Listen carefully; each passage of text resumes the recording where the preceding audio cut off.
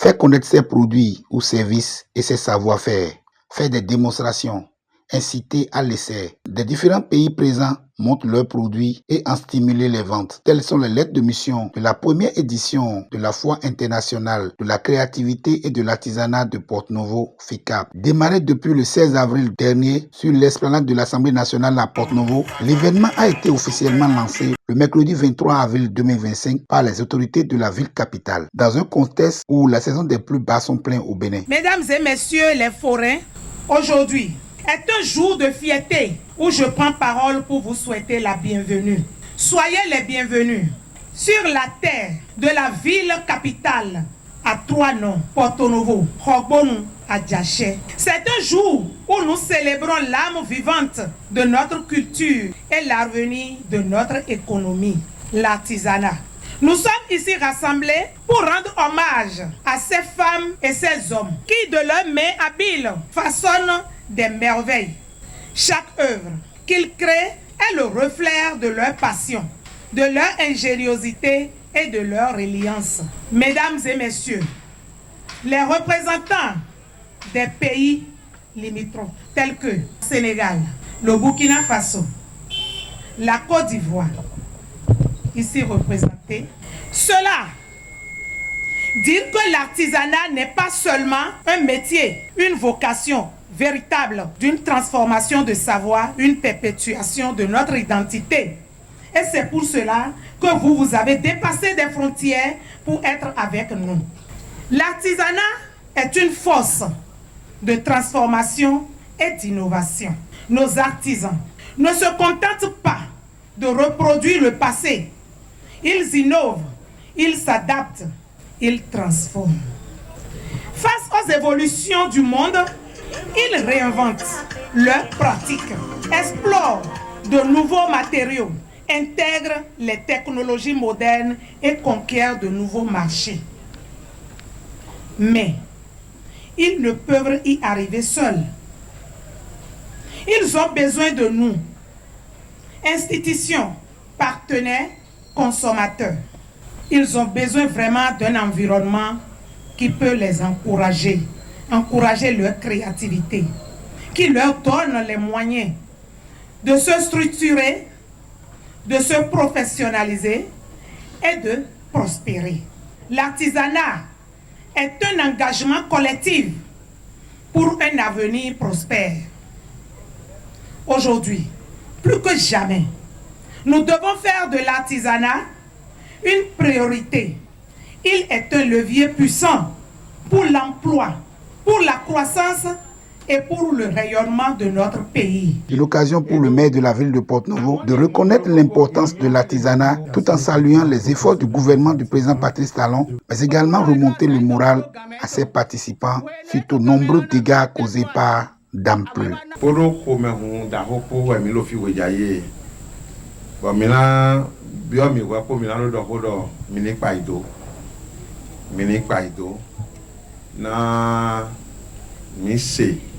Maka Rogbonu, Mika Tomerlan, mais sûr de loin. Bon, moi, t'es sonné dans l'on nous dit oui.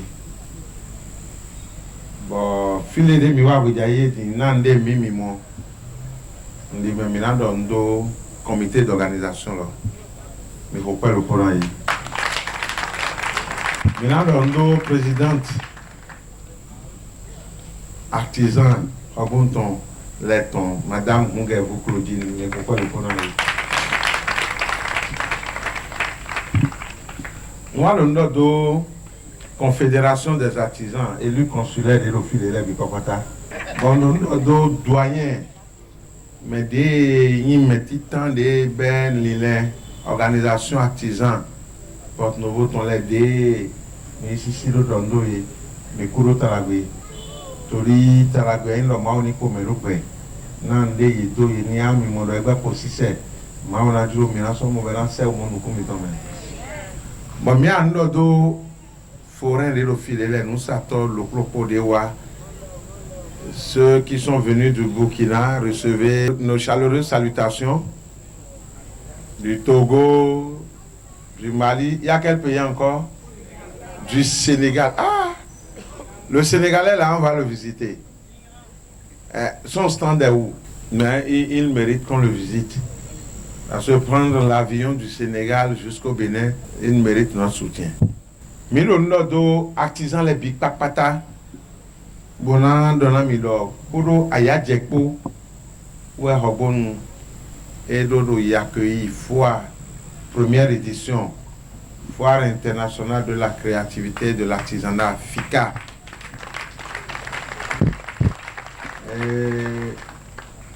Bonan dona milo. Melosu est ingano direli.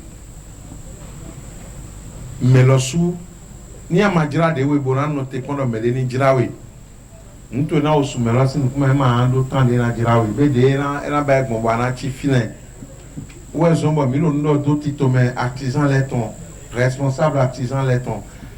Que do line boze nous les quand on boze sian.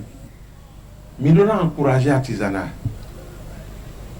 Artisanat n'a raison, actons fondamentalement. Au plan économique, nous sommes artisanat. Et nous sommes et nous sommes au Vinadou, à Sunadou, à Sinadou. Tous les mecs pour me gagner pour nos bureaux.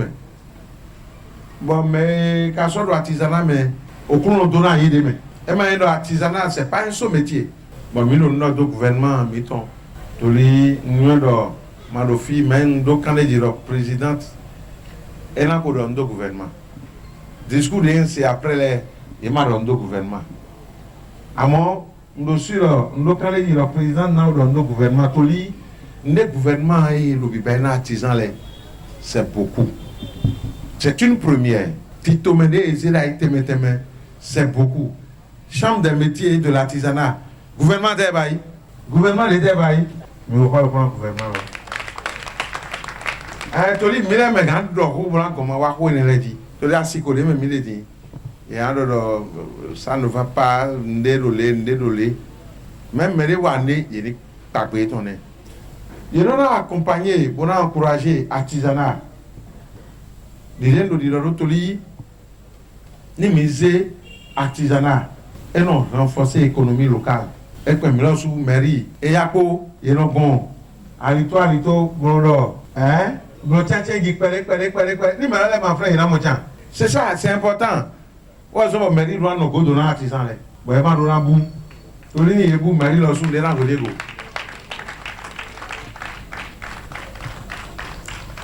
artisan là mais on a encouragé artisanat parce que ne peut pas des artisans de Bibaï pour nous payer impôt. Impôt est un timbre non payé. Les matins sous des gars payés non payés bon. À hall le sous les ragas et non muga.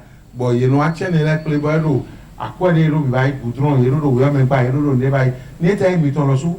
Pour les qui on est et des mégas. Bon, moi autant de tout bien encourager artisanat. C'est pour des raisons culturelles.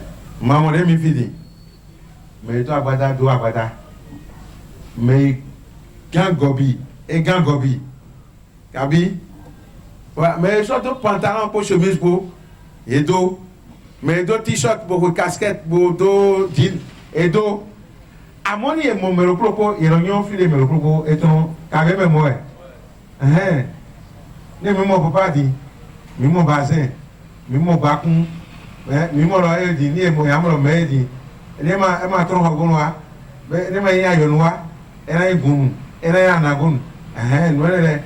Bon, elle est sur mon mêlé, là, moi. Moi, je me casse comme mes deux t-shirts là. Bon, maintenant, soyons nés là, il y a un mon million mêlé artisan du poiton. Et moi, le t-shirt là, ni l'artisan m'a fabriqué, va. Et tout notre même boani. Donc, cela matérialise l'identité. Bon. Créativité artisan, mais ton lettre, on va s'en voir petit. Les musées nigériens, mais le président n'est pas fait de volonté veste. Et ils ont quelqu'un à bord. Mais les pognons de mon président n'est pas fait ouais, promotion, good luck, ton. Kakabon, nous pouvons être très égaux. C'est comme ça. Et nous tentons de le encourager. Ni le touriste là, sac de mi va y aller. Mais là, dit, là, ouais, et nous gênons, il y a nos gênés là. À moi, je dis, c'est avec plaisir. Milo sous les canons nous consommer pour que m'aider le lac ou momigo ni le juro meloga. Donc raison sous soutien boyando sigando encourager artisanat bon mina dona milo. Jiri de tinami minima décourager blo. Nous ne pouvons mina yo nom que bede me mile tout évolue les quoi nous connait.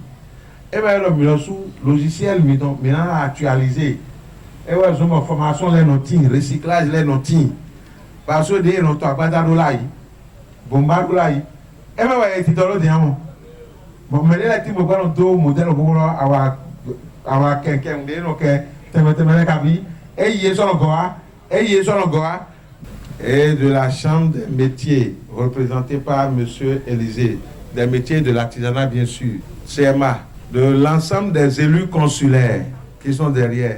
Et à mon nom personnel, je déclare ouverte la foire internationale de créativité et de l'artisanat, FICA 2025. Un événement qui coïncide avec la célébration des 25 ans d'existence de l'artisanat à Porte-Novo. Des attestations de participation et de félicitations ont été décernées à ces hommes et femmes qui ont œuvré pour le bien-être de l'artisanat à Porte-Novo. Dans une ambiance conviviale, les participants ont donné rendez-vous pour des éditions plus riches car l'artisanat permet avant tout d'exercer un métier passion et de pouvoir en vivre.